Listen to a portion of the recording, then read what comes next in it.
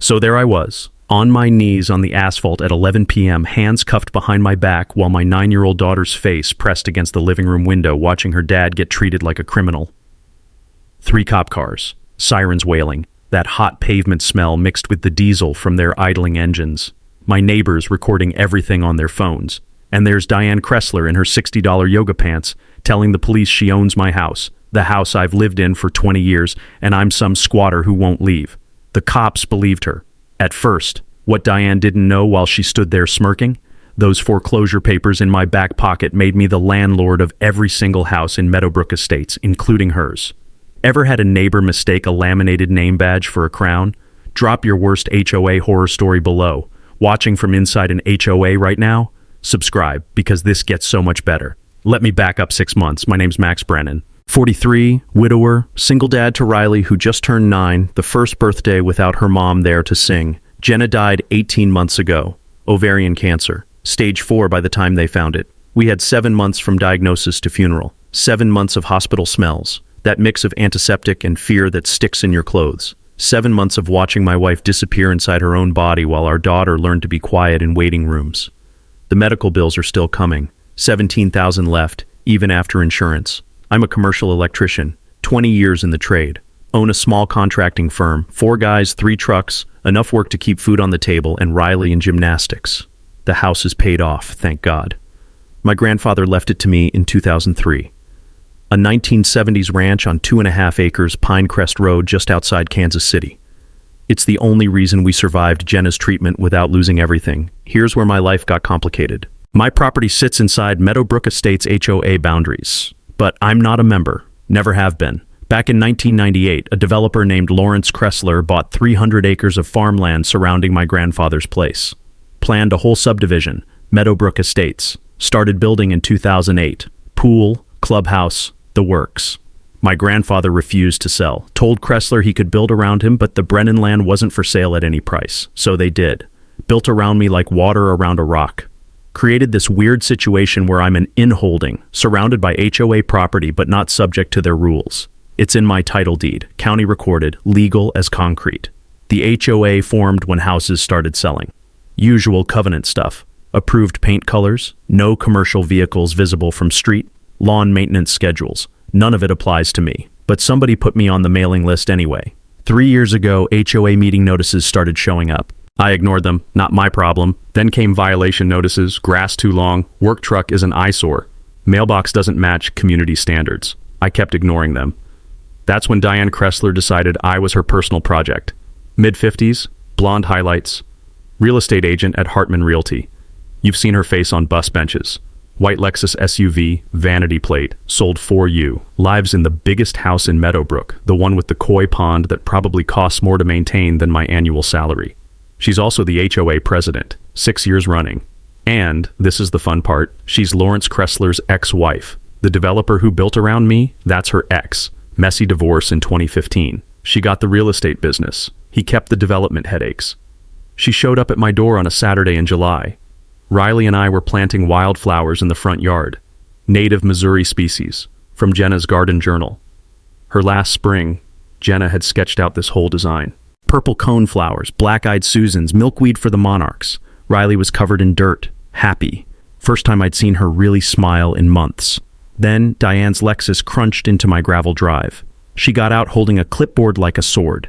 That day's power outfit involved a statement necklace that could have funded Riley's braces. Mr. Brennan, we need to discuss your property compliance issues. I stood up, brushed dirt off my jeans. Kept it polite. I'm not in the HOA, ma'am. Never have been. Showed her the title deed language. I keep a copy in the kitchen drawer now, laminated. The exception is right there in black and white. She laughed, not a chuckle, a full dismissive laugh. That's not how this works. Developer mistakes don't override current covenants. It's not a mistake. It's recorded legal language. The smile never reached her eyes. We'll see about that. Next morning, Sunday, because of course, there's an orange violation sticker plastered across my truck windshield. 3 inches tall. Violation, in angry red letters. Not a legal notice, just a bullying tactic. I spent 20 minutes scraping it off with a razor blade. Metallic scrape against glass. Sticky, adhesive residue that reeked of cheap citrus cleaner. My fingers smelled like it through 2 hand washings. Riley watched from the porch. Why is the mean lady mad at us? That's when I knew Diane Kressler wasn't going to stop. The violation sticker was just the opening shot. 2 weeks later, I'm downtown rewiring a medical office when my phone rings. County code enforcement. They'd received complaints about my property. Unpermitted electrical work, illegal home business, septic system failure. None of it true. Doug Simmons showed up next morning. County inspector, 50-something, tired eyes that said he'd seen every petty neighbor war Missouri had to offer. He spent an hour walking my property with his clipboard, checked my electrical permits, all legitimate, tested the septic with some kind of probe, functioning fine, pumped 6 months ago. Looked at my illegal business, 1 desk, 1 computer, 0 employees. He closed his clipboard. Off the record, we get 3 or 4 of these a month from Meadowbrook. Same person every time. I remembered reading somewhere that false code complaints are public record. Can I request the complaint history? Absolutely. And if someone's filing multiple bogus reports, you can pursue harassment charges. They might face fines for wasting county resources. He handed me a form. Just so you know? After he left, I spent 3 hours digging through county records online. Found the pattern. 6 years. 11 properties targeted by Diane's violation complaints. Older residents who couldn't maintain landscaping. Single moms with toys in yards. A guy who restored classic cars. 8 of those 11 families sold within 6 months. I cross-referenced the sales, every single one listed by Hartman Realty. Diane was harassing people out, then collecting 6% commissions. A shakedown with a clipboard and a laminated name badge. I called my buddy Reggie that night. We served in the guard together. He's a paralegal now. Met at the VFW on Fish Fry Thursday. That smell of hot grease and stale beer, click of pool balls from the back room. Reggie scratched notes on a bar napkin while I explained. Tortious interference, he said. She's using authority for personal profit. You could sue her personally. What do I need? Everything documented and, he tapped his pen. HOAs in Missouri are quasi-governmental. Sunshine law applies. You can request all their records. Financial statements, meeting minutes, everything. I filed the request next morning. Certified mail. Diane delivered the denial herself 3 days later. Single page held like a weapon. Attorney-client privilege. Request denied. That's not how sunshine law works. Take it up with our attorney. She turned away, then stopped. Oh, and move your truck. It's blocking the street. It wasn't. I was parked in my own driveway. Next morning, 6 a.m. morning, I had a huge client meeting. Orange traffic cones blocked my exit. No markings, no city notice, just harassment. I moved them by hand, threw them in my truck bed. 45 minutes late to the meeting. Lost the contract. $8,000 gone. That afternoon, Riley's carpool mom forgot to pick her up from gymnastics. Riley waited an hour. I left another job site early to get her. The carpool mom was Diane's friend. That night, Riley asked if we should move. She was in bed, stuffed rabbit under her chin, the one Jenna gave her, voice barely a whisper. Daddy, would it be easier somewhere else? I wanted to say yes. But after she fell asleep, I found Jenna's garden journal. Pressed flowers, notes in her handwriting. Riley had asked earlier if we had to dig up Mommy's flowers. I pulled out my phone, recorded a video statement, documented everything. The stickers, false complaints, blocked driveway, forgotten carpool, built a timeline. Then Doug Simmons texted me, just a link, Kansas City Business Journal article about real estate trends. Buried 6 paragraphs down. Hartman Realty in acquisition, talks with RE/MAX. Some agents under ethics review for subdivision steering practices. Diane was vulnerable. If corporate discovered she was abusing HOA power for commissions, she'd lose her license. I called Reggie's boss Monday morning. Marla Desmond, attorney specializing in property disputes. Scheduled a consultation. Sunday night, I walked out to grab my tool bag from the truck. All 4 tires slashed. My security camera, installed after the cone incident, caught someone at 3 a.m. Black hoodie, face hidden. But the walk, the height, the build, female. Diane's size. I stood there in the driveway, smell of rubber and night air, looking at 4 shredded tires. $4,500 to replace them. Money I'd saved for Riley's birthday trip to Silver Dollar City. Called the police, filed a report. They said without facial ID, nothing they could do. But I knew. And more importantly, I had it on video. Reggie texted me at midnight, "Don't do anything stupid. We meet with Marla Wednesday. Let her build the case." I stared at that message for 10 minutes. Then I screenshot the security footage and added it to my evidence folder. 17 documents now.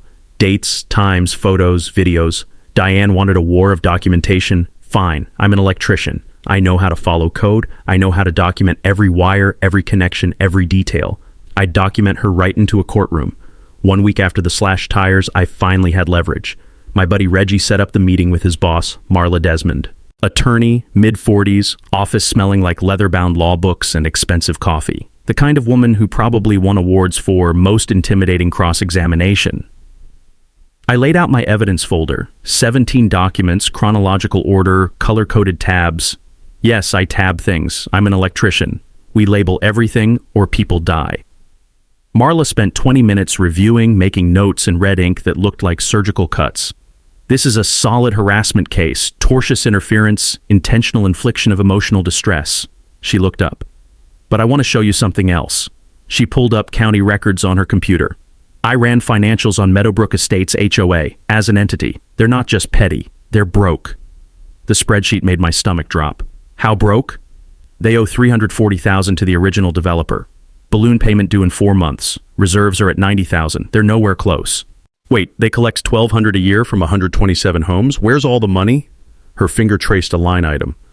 Here and here and here. Kressler Property Solutions.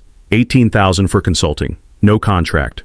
KPS Landscaping. $22,000. KPS Property Management. $15,000.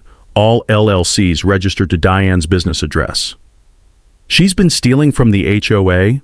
Self-dealing. Illegal under Missouri statute. But here's the interesting part. Marla leaned back. If that balloon payment isn't made, the developer can foreclose. On the HOA itself. The common areas, the amenities, all of it. I filed the police report on my tires that afternoon. Brought the security footage. Got a case number. The officers seemed sympathetic but realistic. Without a face, not much they could do. Riley was with Jenna's parents that week. I'd told her it was special grandparent time, didn't mention I wanted her away while things escalated. She was excited about staying up late watching old movies with Grandma. 5 days passed, quiet, no Diane sightings, no new violations. I started thinking maybe the police report scared her off. Then came August 16th, 10:30 p.m. I was in the garage working on Riley's birthday present, wooden dollhouse from Jenna's sketches. Country music low on the radio, the smell of wood glue mixing with polyurethane, that chemical sweet scent that sticks in your nose. August heat still radiating from concrete despite the open door. Red and blue lights exploded across my workbench, then sirens, 3 cruisers sliding to stops. I stepped out, hands visible, mind racing through possibilities. Neighborhood break-in, gas leak, Max Brennan, young officer, hand near his weapon. Yeah, what's wrong? We have a report of trespassing, possible squatter situation. Are you Max Brennan? The words didn't connect at first. I own this property. I've lived here 20 years. Sir, the complainant claims she recently purchased this house and you're refusing to leave after eviction. Diane's Lexus sat at the curb. She emerged in yoga pants and a North Face fleece, doing this whole distressed victim performance. Officers, thank God, he's been squatting for months. I've tried to be understanding, but I'm actually frightened. That's insane. I own... Sir! The officer's hand went up. Let her finish. Diane handed over papers. Lease agreement with my name spelled wrong. Brennan. Eviction notice on fake letterhead, all printed on what looked like her home printer, slightly off-center. Do you have proof of ownership? Yes, inside. I'll accompany you. The walk to my own kitchen, with a police escort, to prove I lived in my house. Neighbors on lawns with phones up, recording. Riley's bedroom window visible, curtains she'd picked, sunflowers, lit from within by her nightlight. Thank God she wasn't home to see this. I pulled the deed from the kitchen drawer. Title insurance. 20 years of property tax receipts with this address. Sergeant Kowalski, senior officer, maybe 50, with the exhausted eyes of someone who's seen every stupid neighbor dispute Missouri offers. Reviewed it all on his laptop. County database. My license. Cross-reference. He turned to Diane. Voice very calm. Very controlled. Ma'am, this man owns this property outright. These documents you provided, we'll need to discuss you filing a false police report. Diane's performance cracked. I don't understand. The title company said, Ma'am, you need to leave. Now. She walked to her Lexus. Drove away. Silent. Kowalski handed back my documents. Mr. Brennan, I apologize. We respond to all calls, but this was clearly frivolous. Can I press charges? You can file a criminal complaint. I'd also talk to a lawyer about civil action. After they cleared out, Herb Vance shuffled over. Elderly guy, 3 houses down, hadn't spoken to me since Diane started her campaign. That was horseshit, he said. She told us you were cooking meth. Time we stopped believing her. Text from Lisa Cho at 11:47 p.m. Saw everything. Half the neighborhood did. We're done with Diane. I sat in Riley's room afterward, her stuffed rabbit on the pillow, the walls still smelling faintly of the lavender spray Jenna used. My daughter asked to stay extra days with grandparents because she didn't feel safe here. Called Marla at midnight. Left a voicemail. I want to sue. Everything. Let's end this. Diane went nuclear 48 hours after the cops left. Lisa Cho texted me at 6 a.m. with a screenshot. Facebook, Meadowbrook Estates Community Group, 472 members. Diane's post showed my property photographed with a telephoto lens. Red circles around my work truck, the wildflower garden, peeling garage paint. The caption was pure fiction wrapped in concerned neighbor language. Shaken after Tuesday's incident. Attempted to discuss violations with a resident who became verbally threatening. Had to call police for my safety. Asking all residents, especially women and children, avoid contact until resolved. Our property values must be protected. 89 comments in 3 hours. Thank you for keeping us safe. Property values are dropping because of people like him. This is why we need our HOA. Lisa posted a factual correction. Deleted in 20 minutes. Herb Vance tried commenting, kicked from the group. By noon, Diane had cross-posted to 3 other community groups, adding vague mentions of unlicensed contractor concerns. My phone rang at 1 p.m. The downtown renovation client. 2 weeks of negotiations, contract almost signed. Max, we've received concerns about your company, professionalism issues, possible licensing problems. Can we discuss? 30-minute conference call. I provided documentation. License current, insurance active, 20 years of references. He sounded satisfied but wary. We'll proceed, but any other incidents we'll need to reconsider. One more call like that and I'm unemployable. Reggie and I spent that weekend drowning in paper. The HOA records Diane had dumped on my porch. 14 bankers' boxes, deliberately disorganized, some water damaged, technically compliant with my sunshine law request. Practically useless. Reggie brought 2 law students. We commandeered my dining room. That smell of old documents, musty paper, faded toner ink, cardboard, mixed with too much coffee and frustration. 11 hours of sorting. But we found gold. Diane's violation reports targeted 5 specific properties, all owned by single mothers or non-white families. Meeting minutes showed her proposing aesthetic standards to eliminate undesirable elements. Financial records showed $60,000 paid to Diane's LLCs over 3 years, consulting with no contracts, administrative fees with no explanation. Landscaping services 20% over market rate. Box 9 contained a handwritten note on Hartman Realty letterhead. Diane to another agent. Once we clear the holdouts, Meadowbrook becomes 100% compliant premium community. Working 3 problem properties now. Listings by fall. Commission split? Reggie photographed it. Intentional scheme. This is prosecutable. Civilly or criminally? Civil, definitely. Criminal needs the Attorney General. That's bigger machinery. Tuesday. An anonymous package arrived. Manila envelope, Kansas City postmark, no return address, USB drive inside. I called Reggie before opening it. We plugged it in together on speakerphone. 2 folders. First, emails. Diane coordinating with realtors to lowball targeted homeowners, discussing encouraging sales through violation pressure. One to her ex-husband Lawrence. The Brennan Inn holding costs us premium pricing on every sale. I'll handle it. Second folder, HOA financial documents. Loan papers showing $340,000 owed to LK Development Holdings, Lawrence's company. Balloon payment due December 15th, 4 months away. A printed note. She did this to my family too. Kept documentation. Use it.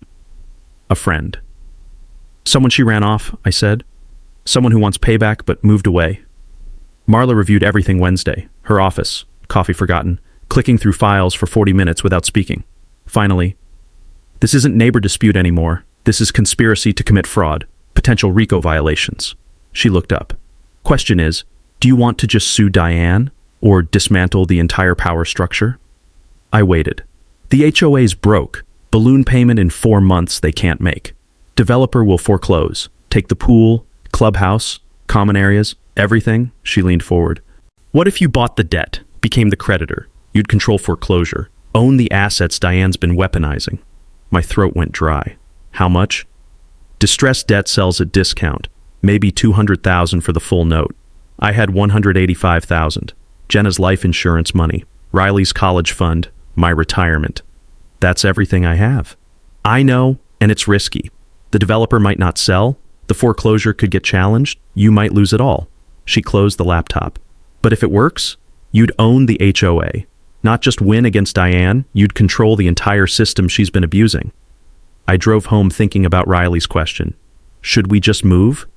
Jenna's voice in my memory, from when we were deciding on her treatment. We didn't raise our daughter to run from bullies. That night, I pulled the life insurance statement. $185,412. I called Lawrence Kressler's number from the loan documents. He answered on the second ring. Mr. Kressler, my name's Max Brennan. I live in Meadowbrook Estates. I understand you hold a debt against the HOA. Silence. Then, you're the guy with the in-holding. Diane complains about you at every closing.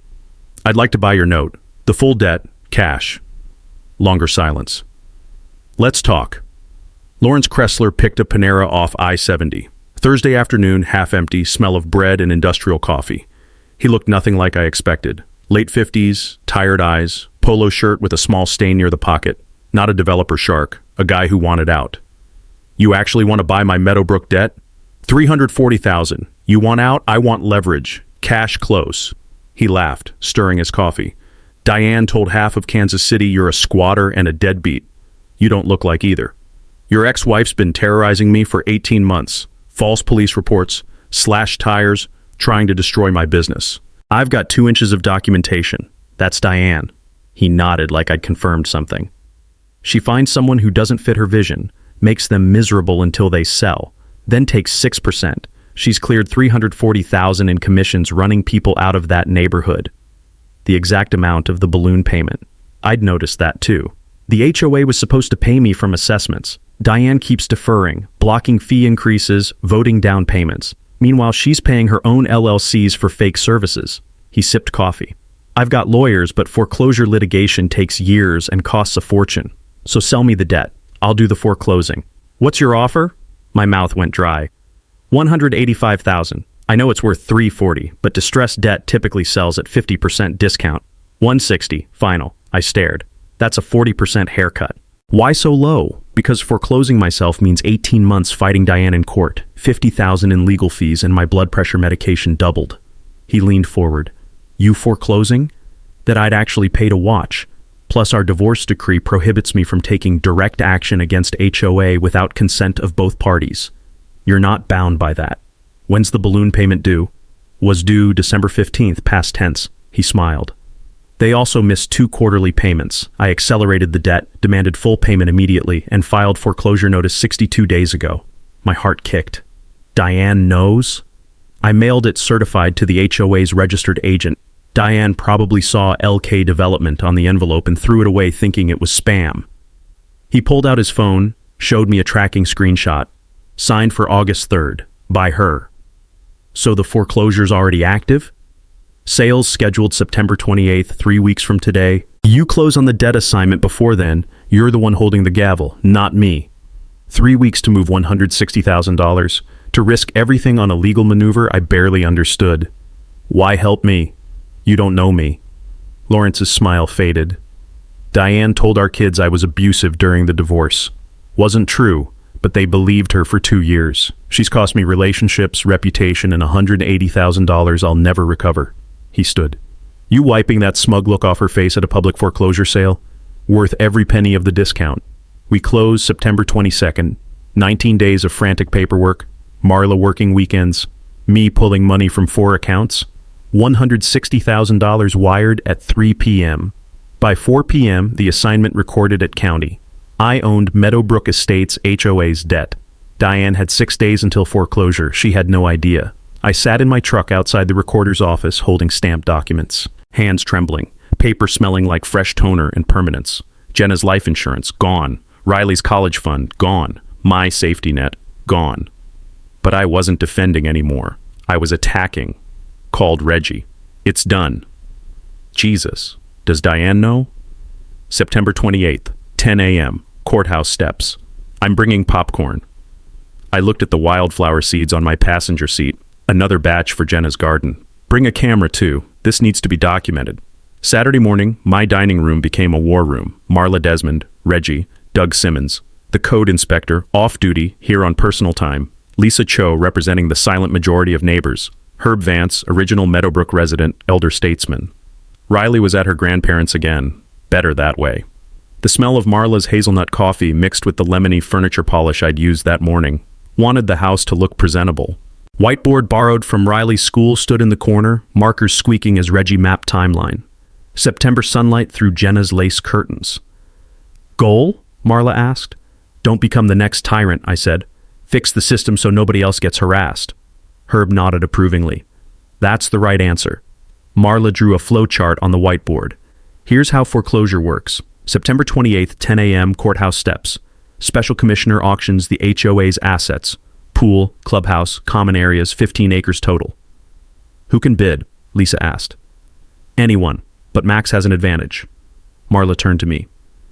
You're the lien holder. You can credit bid, use the debt itself as payment. You don't need to bring cash to the sale. You essentially bid $340,000 by just showing up. I'd read about this online, but hearing it explained clearly made it real. Credit bidding, the lien holder's nuclear option. You show up with your debt paperwork and outbid everyone without spending a dollar. Will Diane try to stop it? Doug asked. Absolutely, Marla said. Here's what she'll do.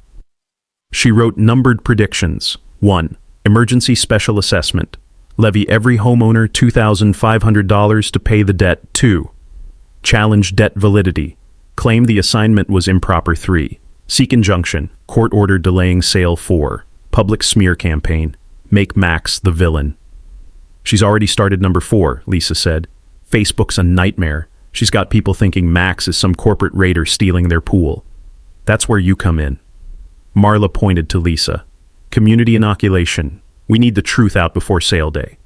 Lisa pulled out a folder. She'd already started. Printed flyers with simple facts. Diane mismanaged HOA funds. Diane filed false police reports. Max isn't your enemy. Diane's corruption caused this crisis. I've got 42 people ready to go door to door tomorrow, Lisa said. Younger families hate the fees. Older folks hate conflict. We'll emphasize Max won't levy special assessments.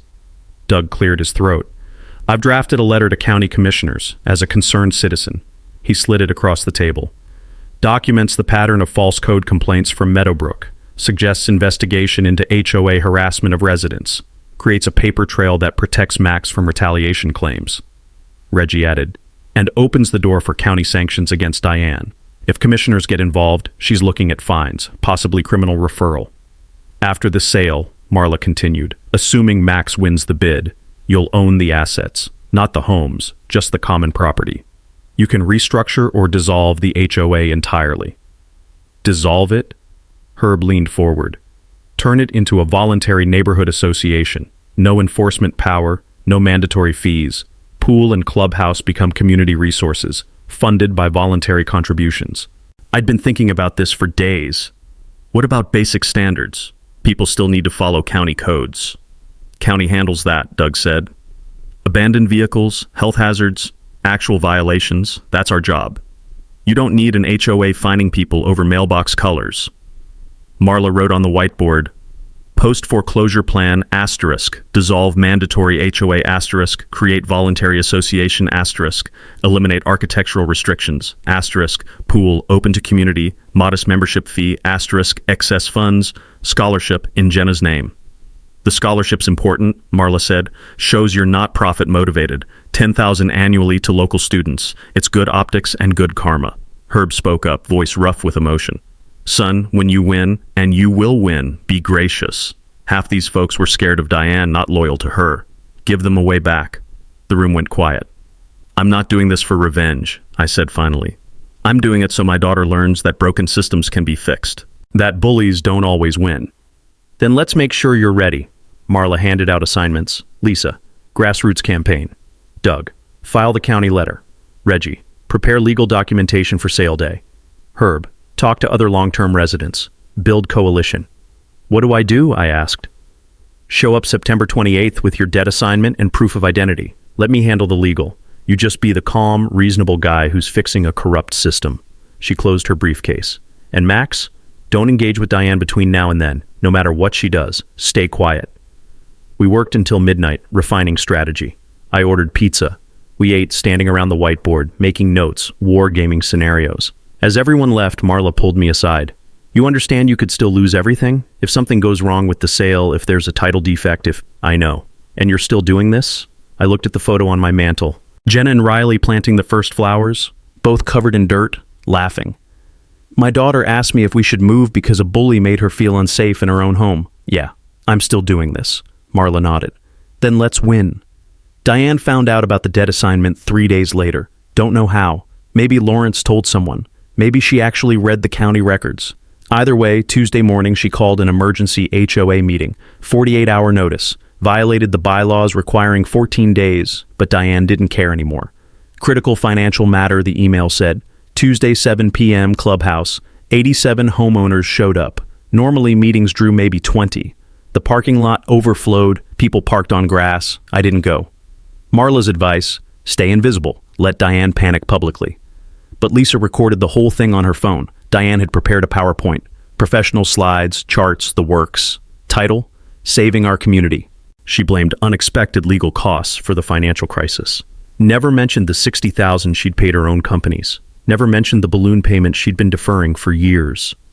We need to act decisively. I'm proposing a special assessment of $3,000 per household, due in 14 days. This will resolve our obligations and protect our property values. The room exploded.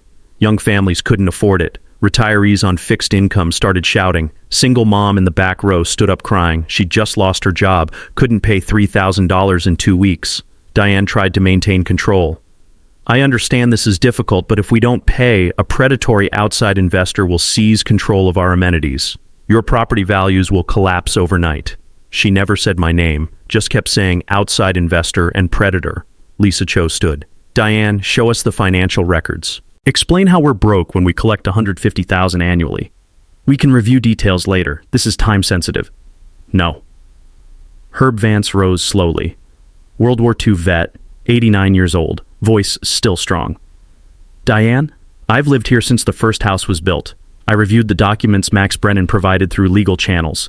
You've been stealing from this HOA for years. Chaos, shouting from all sides, people demanding answers, others defending Diane. The meeting dissolved into factions. Diane gavelled it closed without a vote, grabbed her laptop and left through the back door. In the parking lot, homeowners clustered in groups. Lisa handed out information packets, the ones we'd prepared. Financial analysis, timeline of Diane's self-dealing, copy of Lawrence's email about her harassment scheme. 40 people exchanged phone numbers, agreed to attend the foreclosure sale. The war was going public. Wednesday morning, my work truck was vandalized again. Not tires this time, someone poured paint stripper across the hood.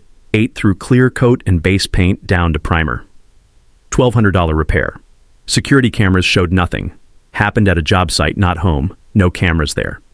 Thursday, anonymous complaint to Missouri Division of Professional Registration. Alleged I'd performed unlicensed electrical work. Completely false, all my work is permitted, but state investigator had to open a file. My license went under review status. Public record. 2 potential clients withdrew bids. Don't want regulatory uncertainty. Cost, approximately $15,000 in lost contracts. Friday was worse. School receptionist, Diane's friend, called Child Protective Services. Anonymous report of child neglect. Daughter frequently unsupervised. Home conditions concerning.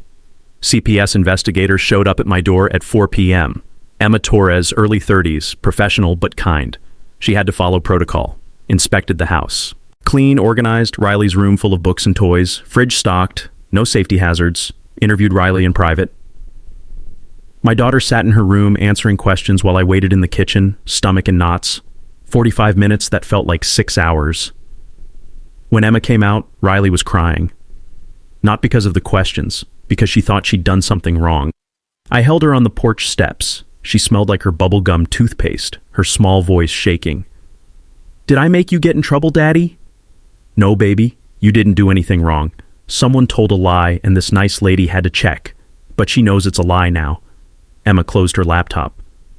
Mr. Brennan, this report was clearly malicious. 0 evidence of neglect.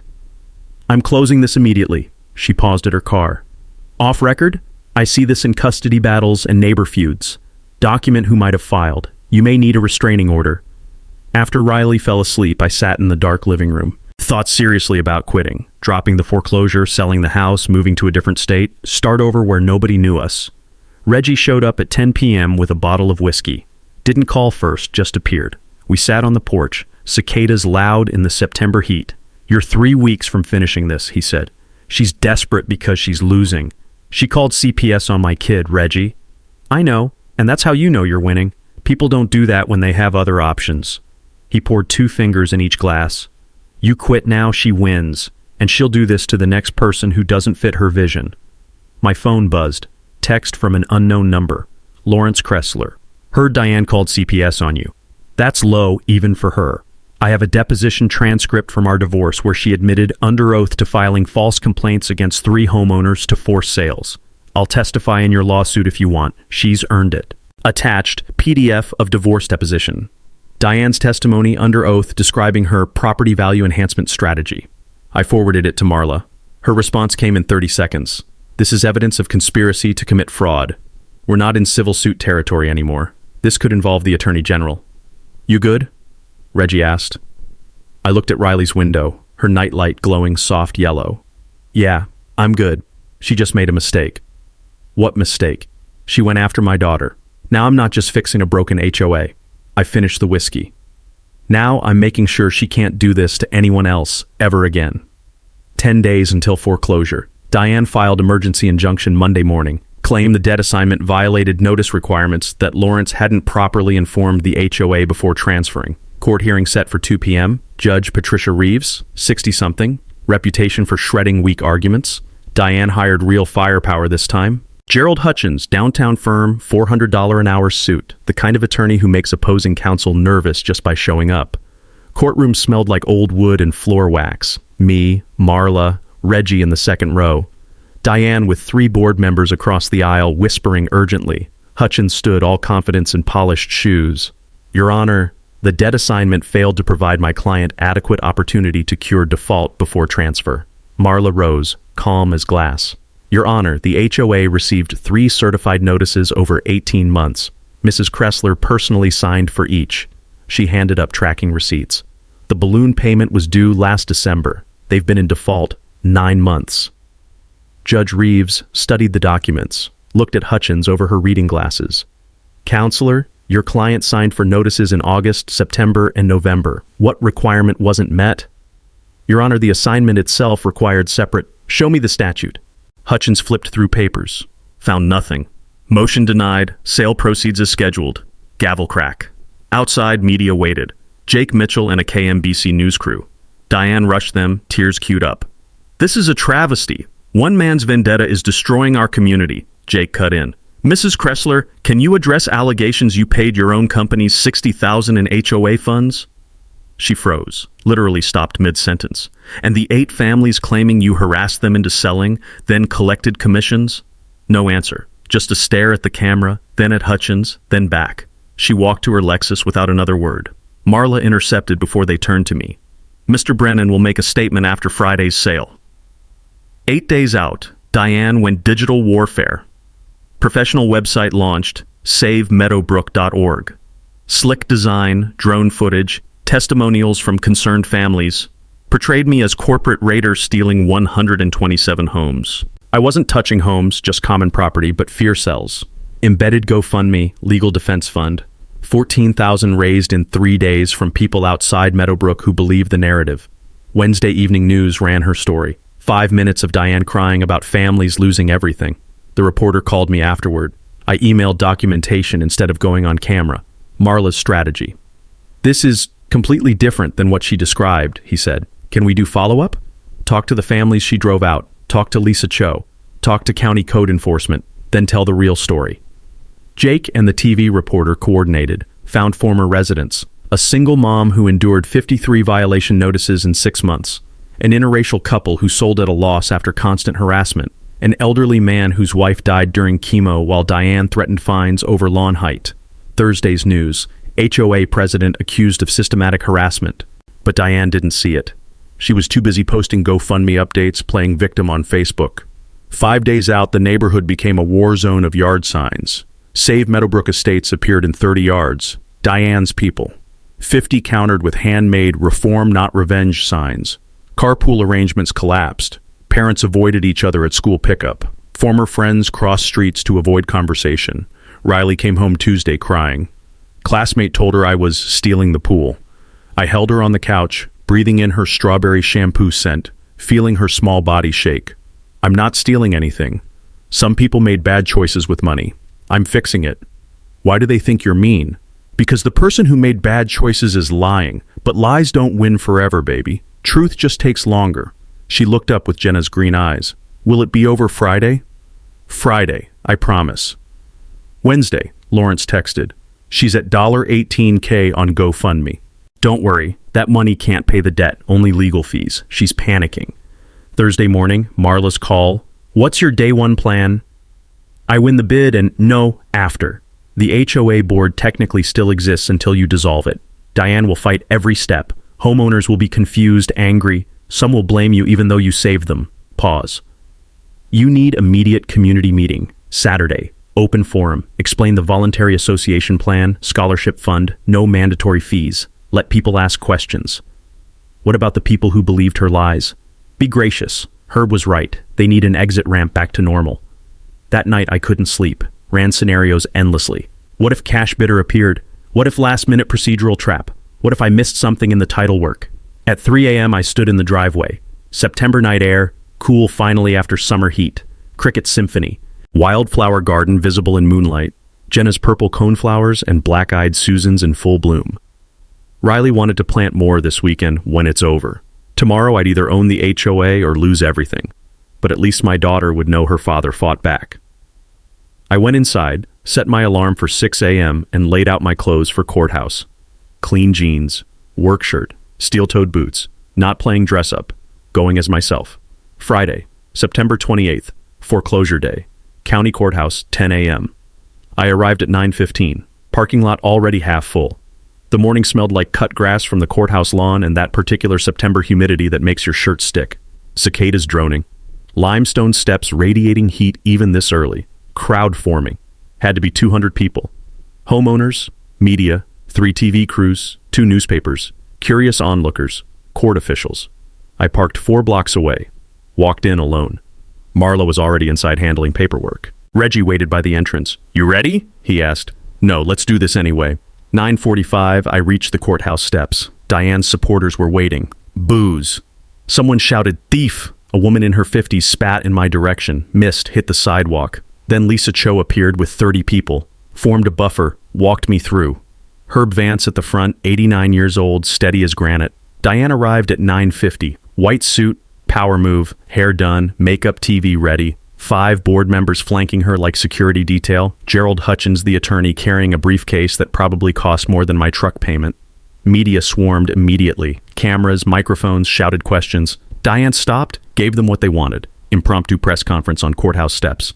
This is heartbreaking. One man's greed is destroying 127 families' dreams. We offered reasonable settlement. He refused. Remember who chose this?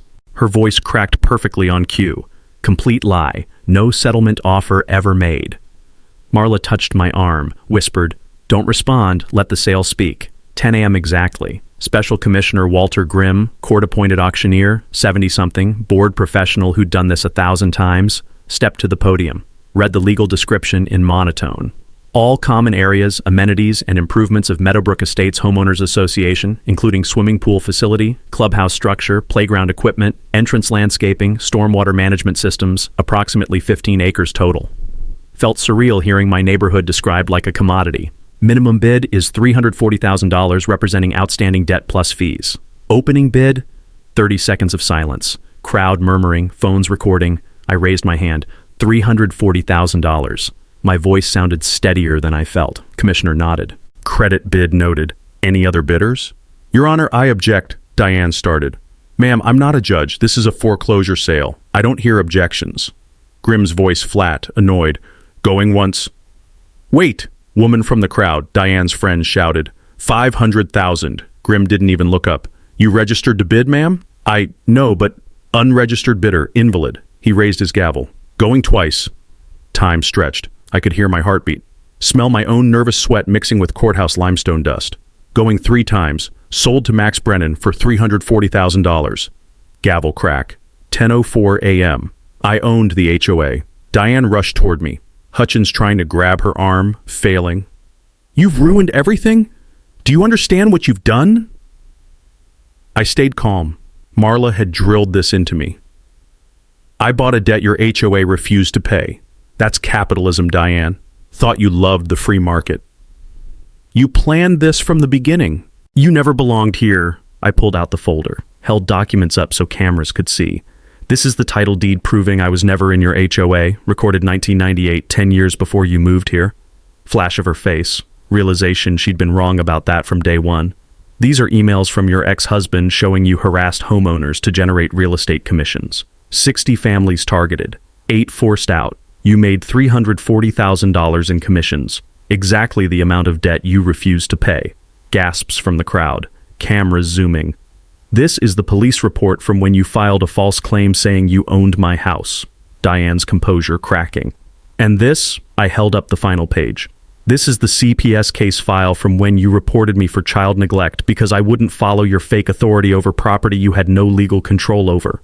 Reporter shouted, Mrs. Kressler, did you file a false police report? Diane stared at me, then at the cameras, then at the documents in my hands visible to everyone. The board will fight this. Diane, stop. Lawrence Kressler stepped forward from the crowd. I hadn't known he'd come. I gave him those emails. You did this to yourself. Her face went through shock, betrayal, rage, fear in 5 seconds. This isn't over. She walked to her Lexus. Half her supporters followed. The rest stayed, looking uncertain. Media surrounded me. Marla ran interference. Brief statement. Mr. Brennan will restructure the association to serve all homeowners fairly, transparently, and voluntarily. Community meeting Saturday, 10 a.m. clubhouse. Everyone invited. Deputy Sheriff approached through the crowd, served papers directly to me, civil suit, filed by Diane personally. Intentional infliction of emotional distress, conspiracy, defamation, $2 million demanded. I actually laughed. Couldn't help it. Marla read it, smiled. Nuisance suit. Will counterclaim for everything she's done. Malicious prosecution, defamation, tortious interference, fraud. Discovery will destroy her real estate career. Reporter overheard. So you're suing her back? I want to fix the neighborhood and raise my daughter. But if she keeps coming, I shrugged. We'll let a jury decide who the real villain is. Lisa announced to the crowd. Community potluck tomorrow, 4 p.m. Everyone's invited. Time to start healing. People dispersed slowly. Some glaring, some relieved, most confused.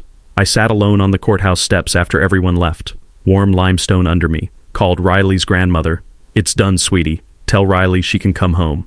Week 1 after the sale, I dissolved the HOA board. Filed paperwork creating interim management. Me plus 5-member advisory committee elected by homeowners at emergency meeting. Diane sent terse email resignation. Legally unnecessary since board no longer existed, but she needed the last word. Saturday morning community meeting drew 140 homeowners.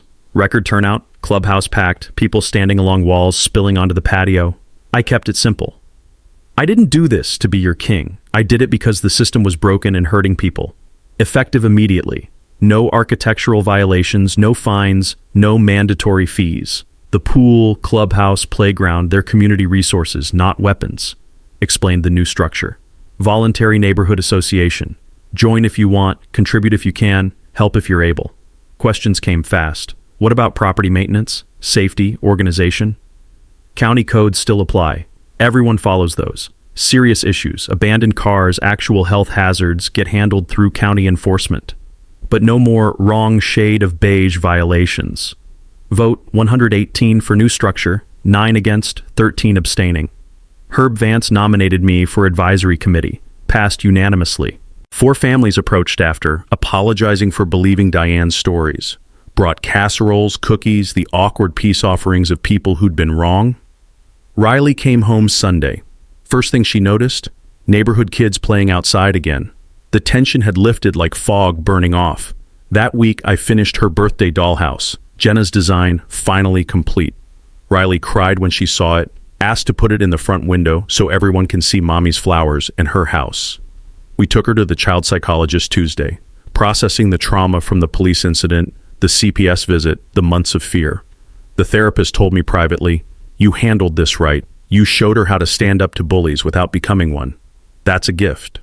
The wildflower garden became neighborhood gathering spot. Riley and I planted expansion beds, more native prairie flowers, milkweed for monarchs. Neighbors helped.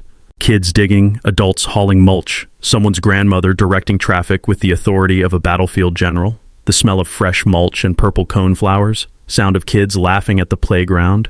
Riley's hand in mine as we planted, dirt under our fingernails, September sun warm on our backs. One evening, Diane's Lexus drove past slowly.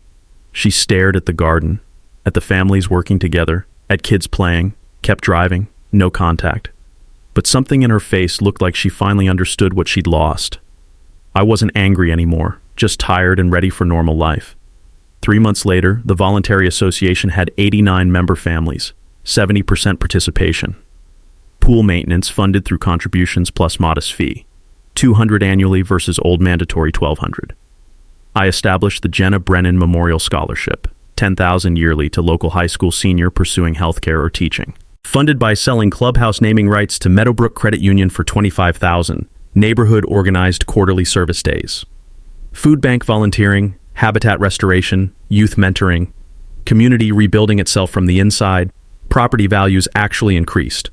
Buyers attracted to no HOA tyranny marketing. Realtors, not Diane, described Meadowbrook as reformed community with optional association. Diane lost her real estate license after state investigation triggered by news coverage. Filed bankruptcy. Moved to a different county. I never spoke to her again. She dropped her lawsuit after Marla filed devastating counterclaim and began discovery. Settlement included confidentiality clause and permanent no-contact agreement regarding me and Riley. Kansas City News featured Meadowbrook as case study in HOA reform. 2 other Missouri neighborhoods followed similar paths: foreclosure purchases by residents, conversion to voluntary associations. 1 year later, my electrical business thrived. Hired 3 more employees. That downtown building renovation I almost lost?